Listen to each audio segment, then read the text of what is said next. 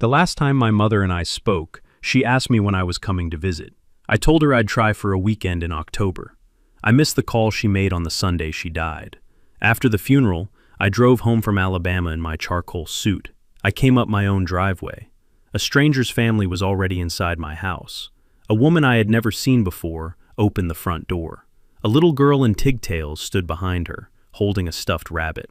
The HOA president of Stone Ridge Estates had sold my home. While I was burying my mother, to her husband's straw buyer, with a notary stamp her cousin had forged. What she didn't know was that the grieving man on her front lawn had spent 22 years investigating this exact crime for the Georgia Attorney General, and her scam was going to collapse in 10 minutes flat. Where are you watching from? Drop a comment. My name is Jonas Calloway. To understand what happened on my front porch that Thursday night, you have to back up. I am a senior investigator with the Consumer Protection Division of the Georgia Attorney General's Office, Real Estate Fraud Task Force. I have spent 22 years investigating the very specific evil of people who steal homes from people who can't afford to defend them.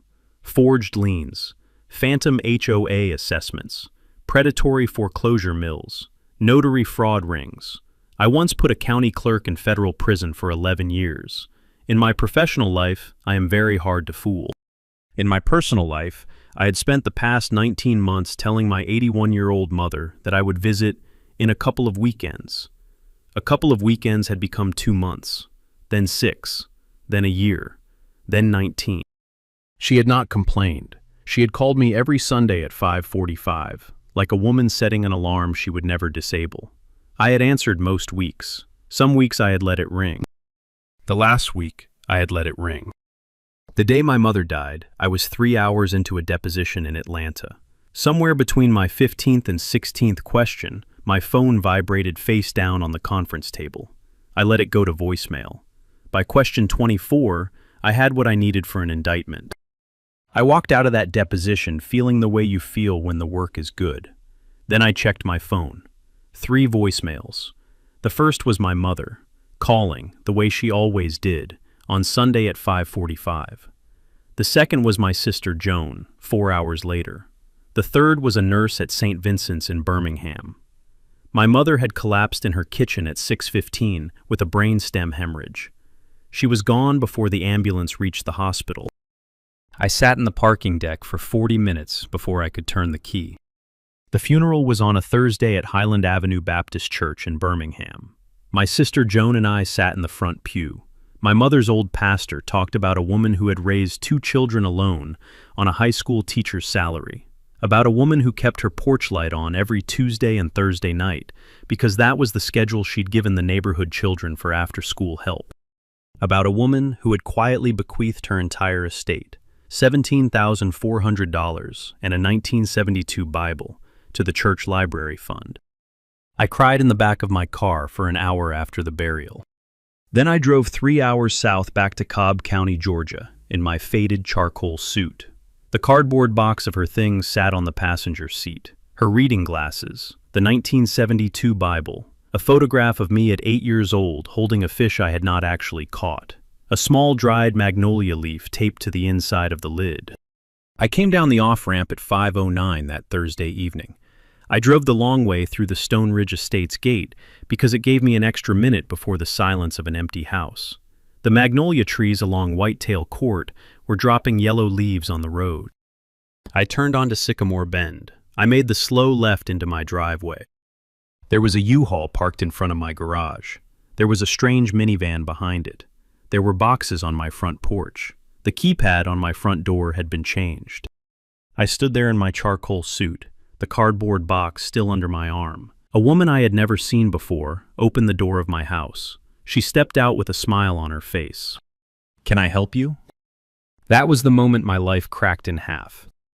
I looked at her, late 30s, sandy hair and a tortoiseshell clip, pearl earrings, the kind of smile you give to a Jehovah's Witness when you don't want to be rude.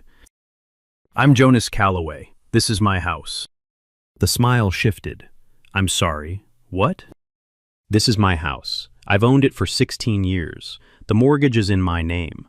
The keypad on the front door was put there without my consent." "Sir, we bought this house. We closed last week. I think you've got the wrong address. That's my magnolia tree on the corner. That's my deck I rebuilt with my son in 2021. The little girl in pigtails appeared in the doorway. She was holding the stuffed rabbit by one ear. She looked at me with the kind of curiosity children reserve for adults who are about to make a scene. I stepped back. Ma'am, I'm not going to argue with you on your porch. Please go inside. I'm going to make a phone call. She did. She closed the door. I heard the deadbolt click. I called Cobb County Sheriff non-emergency. I said in a calm professional voice that there appeared to have been a fraudulent property transfer and a wrongful eviction. They said they would send someone within 40 minutes. While I waited, I sat on the curb and called the AG office's after-hours line. Cheryl Westbrook picked up. Cheryl had been my supervisor for 6 years. She was the only person in the building who knew my mother had died. Jonas, you're supposed to be at home, not on the phone. Cheryl, I'm at home. Someone else is living in it. The pause told me she heard me. She didn't ask me to repeat it. I'm pulling the deed records now. A patrol cruiser turned the corner 3 minutes before Brittany Moncrief's white Cadillac Escalade did. I had paid every HOA assessment on time, in full, for 16 years. I had asked her exactly one question in that time, about a sewer line easement, and she had ignored it. She got out of the Escalade in a coral blazer over white slacks, pearl earrings the size of dimes, a leather binder under her arm. She walked up the driveway like she was hosting an open house. "Officer," she said brightly, "thank you for coming. This gentleman is a former resident who is having difficulty accepting that his property was foreclosed and resold. I have all the documentation right here."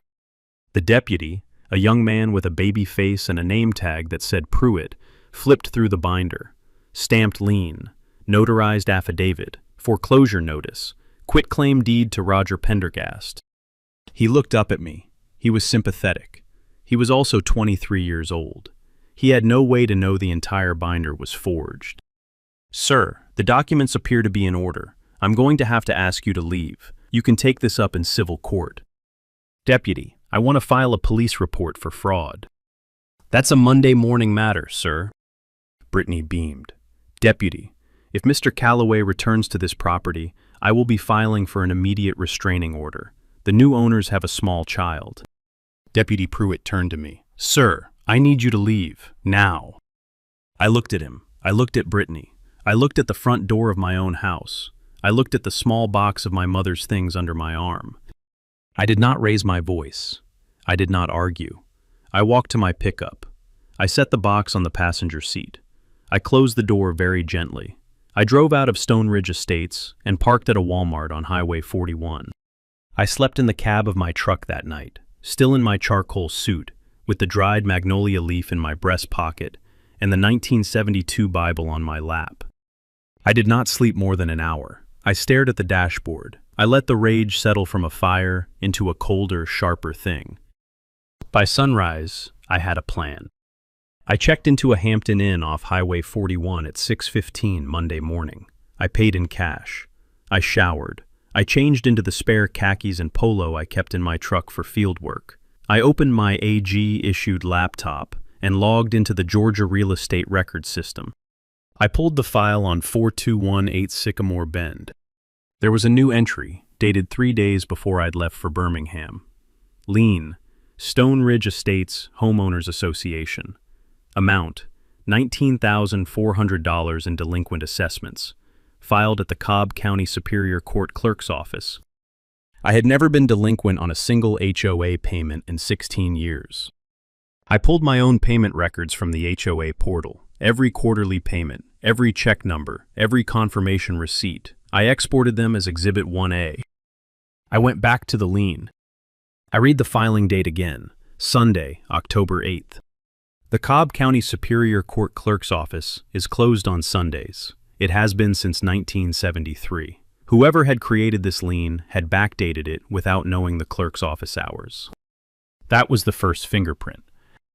I pulled the foreclosure sale notice. It claimed I had been served by certified mail on September 24th. The tracking number cited did not exist in the USPS system.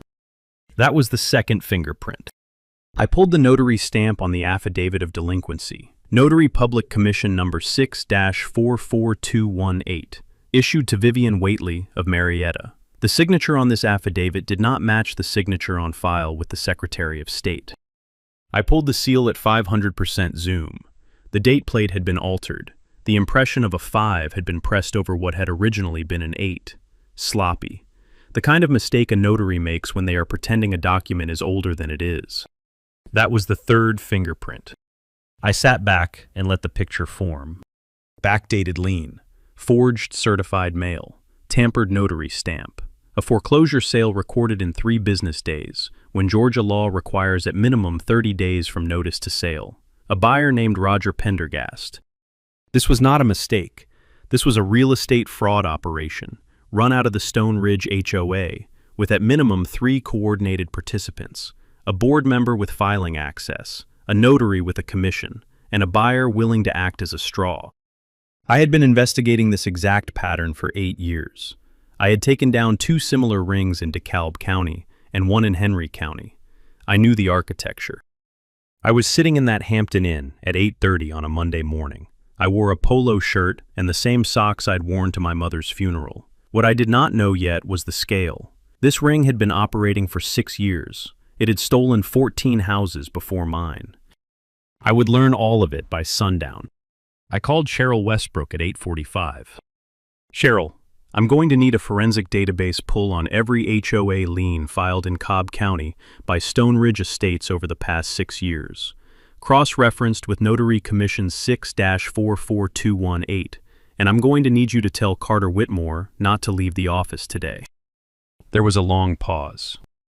Jonas, are you officially on the case? Cheryl, I am the case. She did not argue. I'll have the pull on your screen in an hour. I hung up. I opened a new yellow legal pad.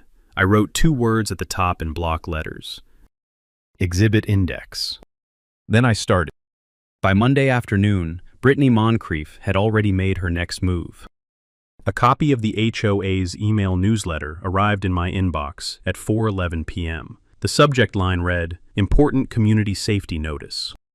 It informed Stone Ridge residents that the previous owner of 4218 Sycamore Bend, Jonas Calloway, had been removed from the property. The reason cited, an extended period of HOA non-compliance and a court-ordered foreclosure. It said I had behaved in a confrontational and erratic manner toward the new owners on Sunday evening. It strongly advised all residents to avoid contact with me. It was signed Brittany Moncrief, President. It was, in effect, a public notice telling 200 neighbors that I was a deranged squatter. I printed it. I labeled it Exhibit 7A. I added it to a binder I had purchased at an Office Depot 2 miles from the Hampton Inn. By Monday evening, she had filed for an emergency ex parte restraining order against me with the Cobb County Magistrate Court. The petition arrived in my inbox Tuesday morning. Brittany had alleged that I had threatened her on Sunday evening. She claimed I had approached the Pendergast family with menacing behavior. She claimed I had a documented history of harassment against the Stone Ridge HOA. The supporting affidavit was signed by Brittany and notarized by, I do not need to tell you, Vivian Waitley, Commission number 6-44218. The magistrate granted the restraining order on a 14-day temporary basis. I called Cheryl. She just filed an ex parte restraining order against me, notarized by Vivian Waitley. Jesus, Jonas. Don't take any action yet. Let me make sure she signs every line of this hole she's digging. Cheryl exhaled. How deep are we now? She's signed her own name to a forged affidavit. The affidavit cites a falsified foreclosure record. The restraining order is now part of the official court file. That's perjury and obstruction on top of the underlying fraud. She has now committed felonies in 3 separate Georgia statutes inside of 60 hours. Jonas, how are you? I looked at the small, dried magnolia leaf on the bedside table, at the 1972 Bible, at a paper cup of coffee that was starting to lose its heat. Cheryl, I buried my mother on Thursday. I lost my house on Sunday. I am being sued for harassing my own front porch on Tuesday. I am functioning. She was quiet for a moment. Good, because I just got back the database pull. And? 14 properties, Jonas, in 6 years, all Stone Ridge estates, all Vivian Waitley notarizations. 11 of the 14 sold to one of 3 buyers, Roger Pendergast, Don Halsey, or a Delaware LLC called Bluestone Asset Holdings. All 11 resold within 4 months at full market value by Moncrief and Associates. I closed my eyes. Cheryl, I need 3 things. 1. I need to interview every former homeowner on that list before Friday. 2. I need a sealed indictment ready for grand jury by next Tuesday. 3. I need you to find me Ed Donahue. Ed Donahue? Retired Marine, lives 4 houses from mine. At a barbecue 3 years ago, he asked me what I did. I told him state employee, office work. He said, "Son, you're not a state employee. You're a fraud investigator, and I'd like to talk to you sometime." Then he winked and walked away. There was a long silence. Why didn't you ever follow up? Because I was working an indictment in Dougherty County, then Augusta. Then my mother started calling on Sundays. By the time I had a free afternoon, I had forgotten. The silence was kind. I'll find Ed Donahue for you, Jonas. I hung up. My mother had called me every Sunday at 5:45 for 19 months. She had been afraid I would stop knowing how to be a person, afraid I'd spend another decade alone with my case files. I had let her down on that. I would not let her down on this. I would not let Brittany Moncrief become the woman who got away. I picked up my pen. I drove to find Ed Donahue. Ed Donahue answered his door in a Marine Corps veteran's cap and a pair of carpenter's pants stained with cypress sawdust. He looked at me, at the binder under my arm, at my charcoal suit jacket. "Jonas," he said, "you finally came." He stepped aside. He poured 2 cups of black coffee from a pot that smelled like it had been brewing since the Carter administration. He slid a manila folder across the Formica table. "Open it." I did. Inside was an 1.5 inches of paper. 6 years of clippings, screenshots, HOA newsletters, foreclosure notices, public records. 3 Polaroid photographs of moving trucks at 4 different houses. Every page had a date written in fine blue ink. 63 months, Ed said. I started this folder in March of 2020. The 3rd house, a widow named Carolyn Marsh, got foreclosed for $4,800 in back HOA dues she had paid through the portal. I knew her. I sat with her at the senior center. I went and asked Brittany Moncrief about it at the next board meeting. She told me, in a voice you can imagine, that the records show what the records show. Ed sipped his coffee. 2 weeks later, my brake lines got cut. I looked at him. He smiled a small, hard smile. Couldn't prove it was her. Drove home at 30 miles an hour. After that, I stopped asking out loud, but I never stopped writing it down. I went through the folder for 40 minutes. I matched 7 entries to the AG database pull. 2 clicked into place when Ed told me he had once watched Trent Moncrief load 4 flat-screen TVs into a Bluestone Asset Holdings box truck. Trent Moncrief, Brittany's husband, the broker of record at every flipped sale. "Mr. Donahue, will you sign a sworn statement and testify in front of a federal grand jury?" "Tomorrow morning, if you need me to." "I need you Friday." "Bring the pen." I asked him about Carolyn Marsh. He told me she was 76, living in a small apartment behind a Walgreens in Ackworth, working part-time at a Hobby Lobby. She'd been too proud to ask her daughter for help. I closed my eyes. Ed reached across the table and put his hand on my forearm. His palm was rough from 40 years of woodworking. "Son, if you take this woman down, you do it for Carolyn. You do it for the other 13 too. But you do it for Carolyn first. She's the one who lost the most." "Yes, sir."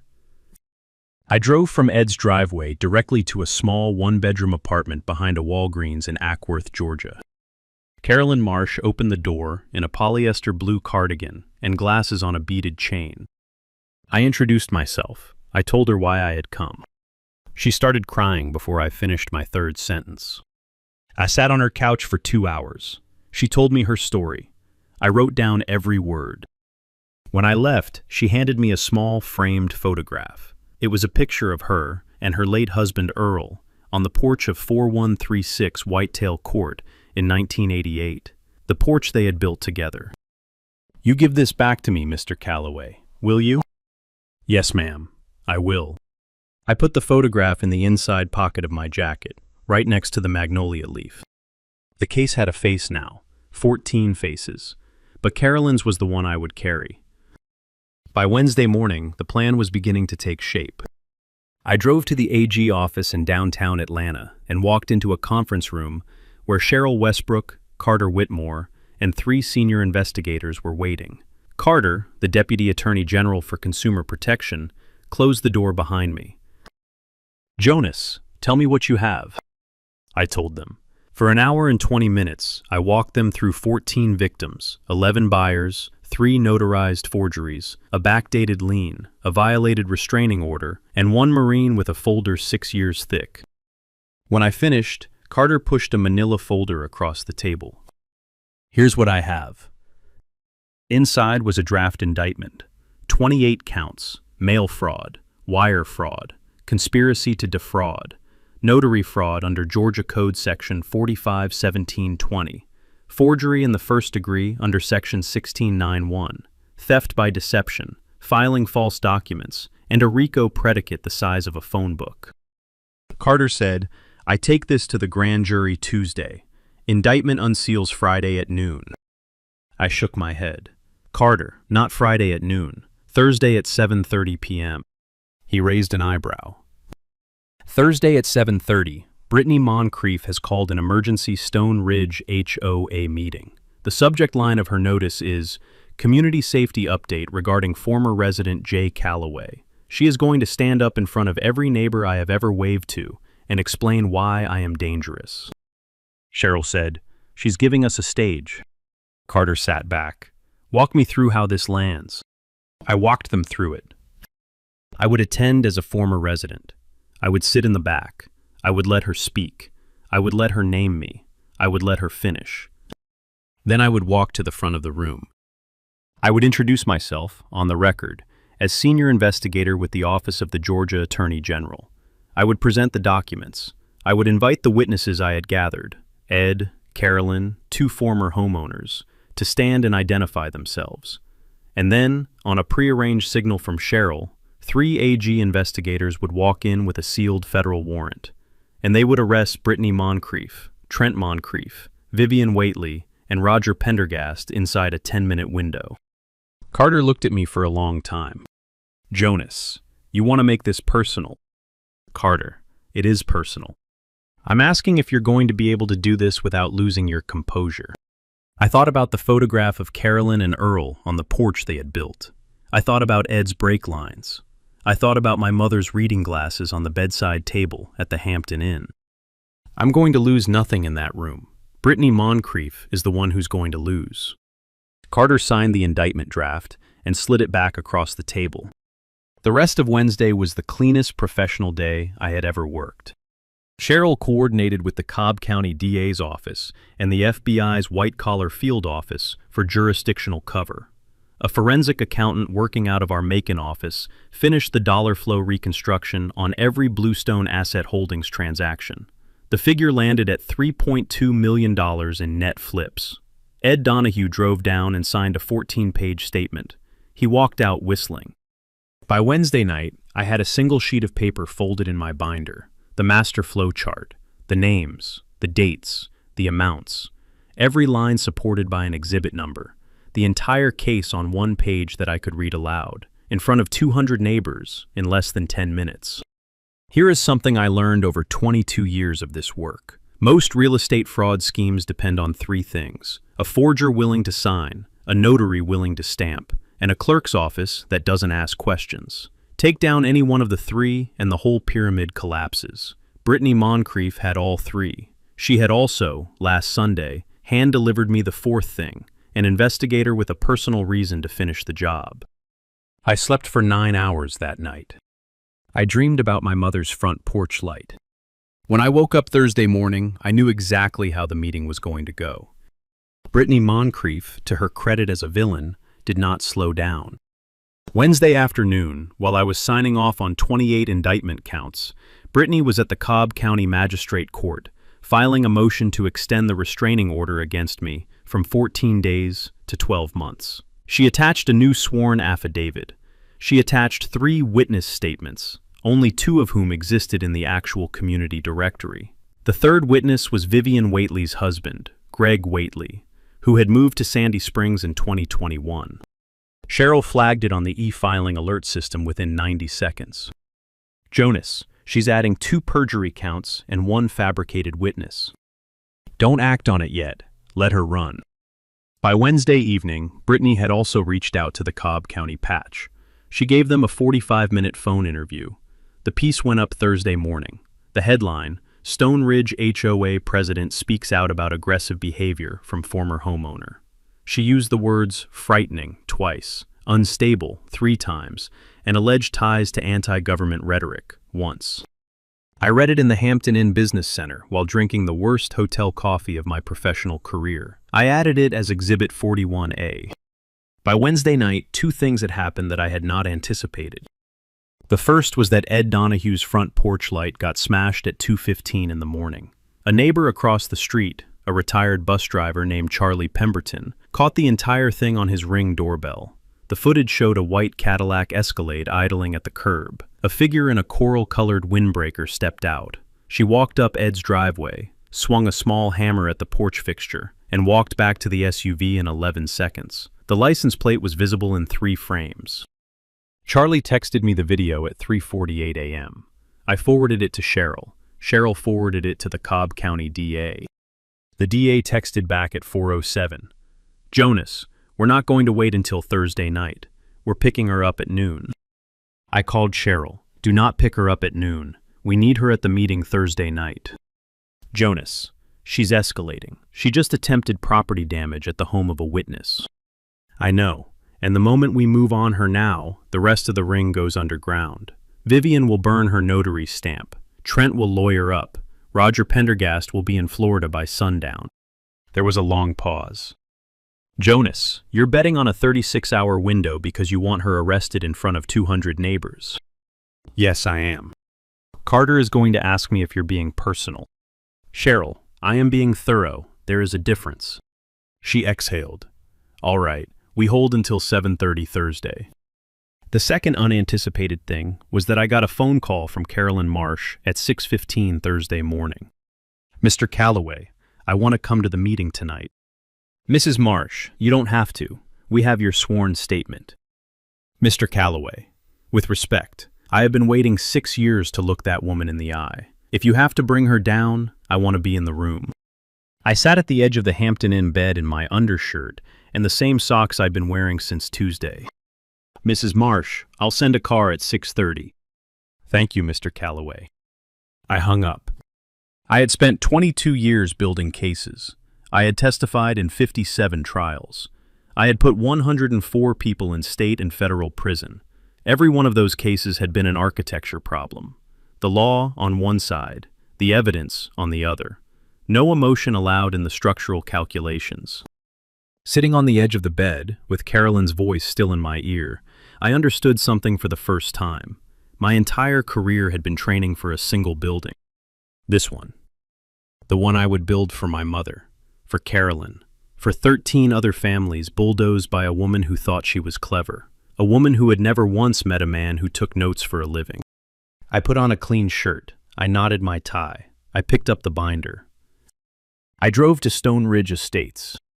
The Stone Ridge Clubhouse sat at the top of a small hill at the center of the subdivision. Stone facade, cedar trim, 2 arched windows that glowed amber in the dusk. I parked my pickup at the back of the lot at 6:58 p.m. on Thursday, October 12th. I had been carrying, since Wednesday afternoon, the small dried magnolia leaf in my left breast pocket. The framed photograph of Carolyn and Earl was in the binder. Cheryl Westbrook was parked in a black Tahoe on the far side of the lot with 2 AG investigators. Carter Whitmore was sitting in a sedan 2 streets over. A second team, 3 deputies from the Cobb County Sheriff's Office, was staged at a Chevron station half a mile away. They carried a sealed federal warrant. I walked up the path to the clubhouse with my binder under my arm. Inside, the room was nearly full. 80-something neighbors. The Pendergasts were sitting in the second row. The woman from my doorway, the husband, the little girl in pigtails on his lap with her stuffed rabbit. They did not look at me. I sat in the last row, next to the door. Ed Donahue walked in at 7:05 and sat down in the back row across the aisle. He nodded at me once. Carolyn Marsh walked in at 7:08 in the blue cardigan and the glasses on the beaded chain. She walked the entire length of the room without looking left or right. She sat down beside Ed. Two other former homeowners, Pete Calhoun and Marie Stowe, arrived at 7:10 and 7:12. They sat in front of Ed and Carolyn. The Pendergast's little girl turned around and looked at me from across the room. I gave her a small, gentle wave. She waved back. At 7:17, Brittany Moncrief made her entrance through the side door. She was wearing a peach blazer over white slacks and pearl earrings the size of quarters. Her hair was up in a French twist. Vivian Waitley walked 3 steps behind her, 51 years old, brown hair and a bob. Trent Moncrief walked in last. He took a seat in the front row on the aisle. Brittany stepped up to the small wooden podium.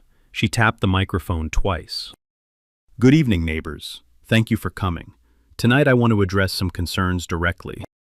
She smiled the kind of smile that had won her 7 HOA elections. As many of you have heard, the Pendergast family is the new owner of 4218 Sycamore Bend. They closed in early October following a court-ordered foreclosure proceeding against the previous owner, Mr. Jonas Calloway. A small ripple. People glanced at me. I sat very still.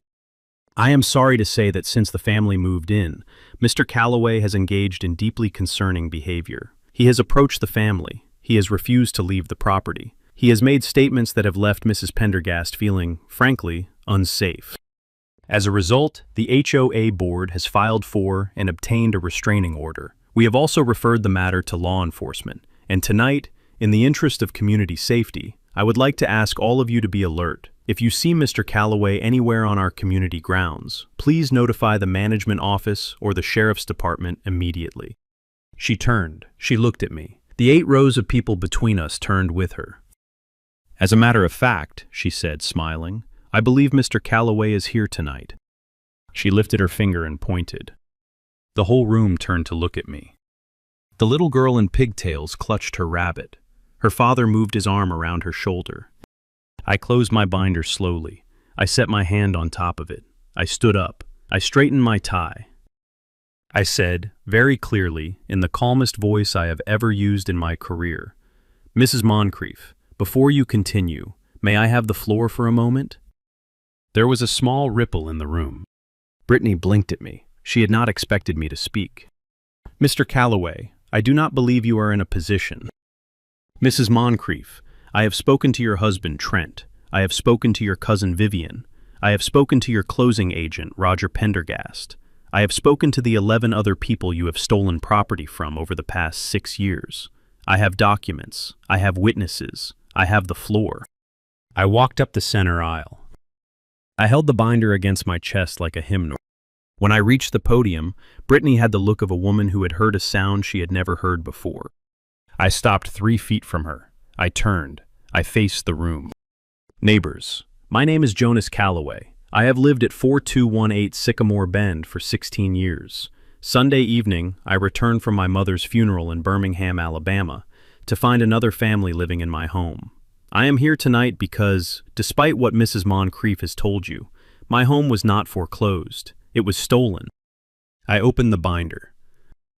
I am also a senior investigator with the Consumer Protection Division of the Georgia Attorney General's Office.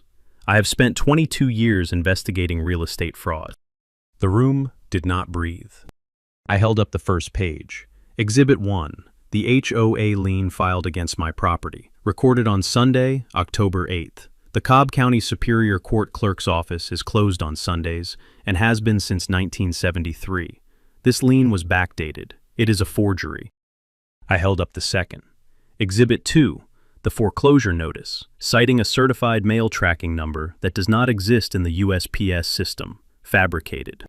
Third, the notary stamp affixed to the affidavit of delinquency, issued to Vivian Waitley. The signature on this affidavit does not match the signature on file with the Georgia Secretary of State, forged. Brittany's hand had begun to shake at the side of her blazer. Fourth, The quitclaim deed transferring my home to Roger Pendergast for $38,000 below market value. Roger Pendergast has acted as the named buyer in 11 other HOA foreclosure sales in this subdivision. Every property was resold within 4 months by Moncrief and Associates. Trent Moncrief, broker of record. Trent Moncrief stood up and began moving toward the side door. Cheryl Westbrook stepped through the back door with 2 AG investigators. She held up her badge. FBI, Joint Task Force. Mr. Moncrief, please sit back down. Trent sat back down. I kept going. 5th, the restraining order Mrs. Moncrief filed against me on Tuesday, supported by a forged sworn affidavit, naming 3 witnesses, 2 who do not live in this community, 1 who moved out of state in 2021. 6th, a Ring camera recording from Wednesday night at 2:15 a.m., showing Mrs. Moncrief in a coral windbreaker, striking the porch light of Mr. Ed Donahue, retired Marine Staff Sergeant, the witness who has been documenting this scheme for 6 years. Ed Donahue stood up. He held up his Marine Corps veteran's cap.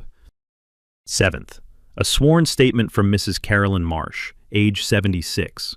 She lost her home of 31 years in 2020. The cited reason was an HOA assessment debt of $4,800, a debt she had already paid through the HOA portal. Carolyn stood up. She was crying. 8th, a forensic accounting reconstruction by our Macon office. The Moncrief enterprise has netted $3.2 million over 6 years, through 14 fraudulent foreclosure sales. I closed the binder. I turned to Brittany Moncrief.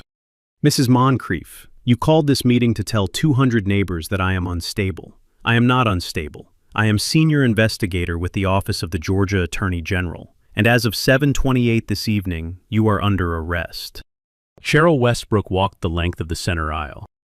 Brittany Diane Moncrief, you are under arrest on federal charges: mail fraud, wire fraud, conspiracy to defraud, racketeering, notary fraud, forgery in the first degree, theft by deception, filing false documents in the public record, and perjury before a Georgia court. You have the right to remain silent. The cuffs went on. Vivian Waitley was already trying to slip toward the side door when the second AG investigator reached her. The third investigator took Trent Moncrief by the elbow. Roger Pendergast was sitting 2 rows back. He looked at the door. He looked at the agents. He put his hands on his head before anyone had to ask him. Total elapsed time, 9 minutes and 41 seconds. The clubhouse stood in dead silence. Then Carolyn Marsh, in the back row, began to clap. After a moment, Ed Donahue joined her. After another moment, the entire clubhouse joined them. I stepped down from the podium. I walked to Carolyn in the back row. I reached into the binder. I drew out the small framed photograph of her and Earl on the porch of 4136 Whitetail Court in 1988. I handed it back to her. She held it against her chest like a heart. The receivership petition was granted Friday morning at 9:45. By Friday afternoon, the federal grand jury had unsealed an indictment running 51 counts. By the following Monday, the first 3 stolen properties had been entered into emergency quiet title actions. By the end of November, all 14 properties had been returned to the original homeowners or their heirs at no cost. The Pendergast family did not lose their down payment. They had been deceived by a forged closing.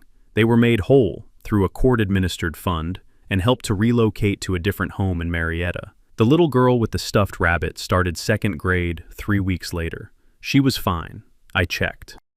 Carolyn Marsh moved back into 4136 Whitetail Court on the first Saturday in December. Her daughter drove up from Macon and helped her unpack. Ed Donahue brought a casserole. I brought a houseplant. Carolyn cried on the porch she and Earl had built in 1988 for about 15 minutes. Then she wiped her face on the inside of her cardigan sleeve. She looked at me and said, "Mr. Calloway, you owe me an angel food cake." I bought her an angel food cake. Brittany Moncrief pleaded guilty 7 months later. She got 11 years federal. Trent Moncrief got 7. Vivian Waitley lost her notary commission for life and got 4 years. Roger Pendergast cooperated and got 2. The 2 other rotating buyers Cheryl's database had flagged, Don Halsey and the Bluestone Asset Holdings director, got 18 months and 3 years respectively. The Cobb County Patch ran a follow-up piece. The headline this time was, Stone Ridge HOA President Indicted in Multi-Million-Dollar Fraud Ring. Brittany was not quoted. Stone Ridge Estates was placed under court-ordered receivership for 1 year. A new board was elected the following spring. Ed Donahue as president, Carolyn Marsh as treasurer. The HOA newsletter, which had been a quarterly threat letter for 9 years, became a monthly community paper covering yard sales and birthdays and high school graduations. The clubhouse where Brittany had been arrested was renamed in May. A bronze plaque went up on the front door. It read, The Stone Ridge Community Hall, built for neighbors, by neighbors, founded 1998, reclaimed October 2025. I went back to work at the AG office in Atlanta. Cheryl Westbrook was promoted to deputy director. Carter Whitmore got the case written up in a national prosecutor's journal. Ed Donahue received a citizen commendation from the Cobb County DA and a private letter on State Bar letterhead that he showed nobody. I did one more thing. I took the $17,400 my mother had left to the Highland Avenue Baptist Church Library Fund. I matched it. Then I matched it again. Then I opened a 501c3 called the Dorothy Calloway Title Fraud Defense Fund. The fund provides free legal representation for any Georgia homeowner who suspects a fraudulent HOA foreclosure, especially elderly homeowners and grieving spouses. In its first 6 months, we represented 41 families. We saved 38 houses. The fund's logo is a small front porch light, on in a window. Every Sunday at 5:45, I now do one of two things. If I am home, I call my sister Joan. If I am at work, I let the call go a single ring before I pick up. Then I answer it. My son Andrew flew home for Thanksgiving. He looked older than I remembered, taller. His shoulders filled out into something his mother would have recognized in old photographs of my father. He helped me put up his grandmother's old reading lamp in the upstairs guest room. He looked at the dried magnolia leaf I had pressed into a small wooden frame on the mantel. He did not say anything about it. He hugged me. He stayed an extra 3 days.